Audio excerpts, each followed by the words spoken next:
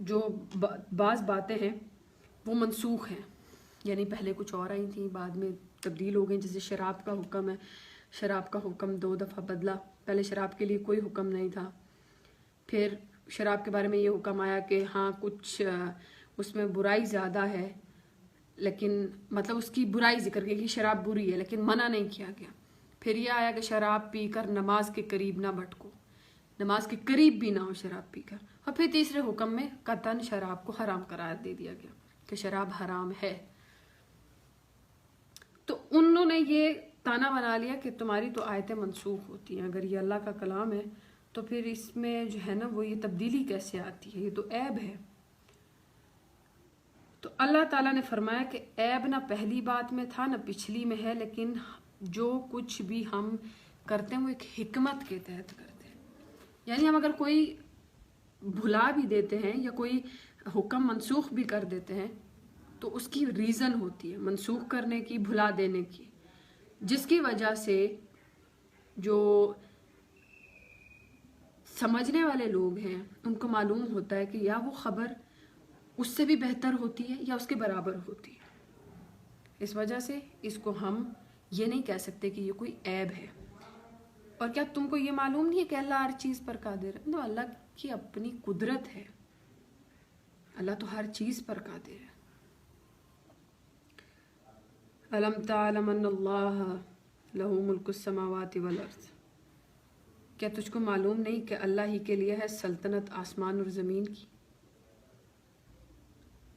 وما لکم من دون اللہ من ولی ولا نصیر، اور نہیں تمہارے واسطے اللہ کے سوا کوئی حمایتی اور نہ کوئی مددگار. مطلب کہ اللہ تعالیٰ، تمہیں کیا معلوم نہیں ہے کہ اللہ تعالیٰ ہر چیز پر قدرت رکھنے والا ہے.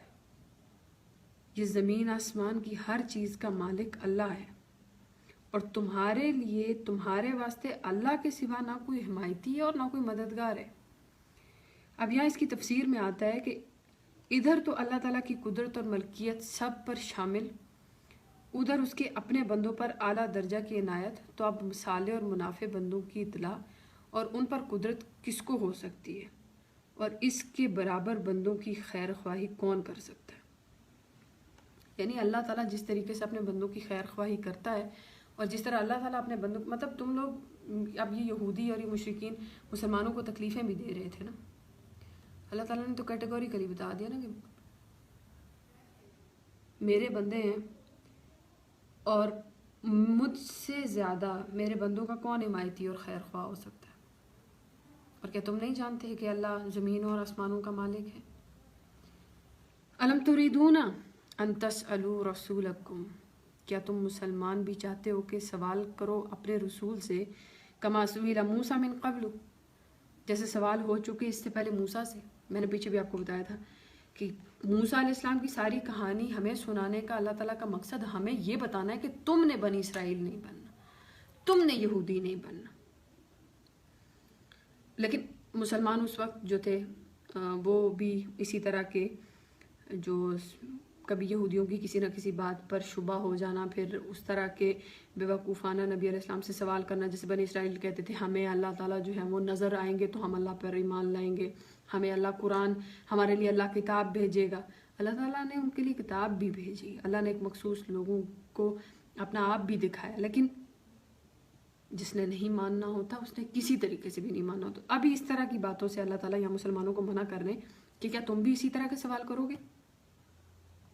وَمَن يَتَبَدَّلِ الْكُفْرَ بِالْإِيمَانِ فَقَدْ ضَلَّ سَوَاءَ السَّبِيلِ، تو جو کوئی کفر لے بدلے ایمان کے تو وہ بہکا سیدھی راہ سے.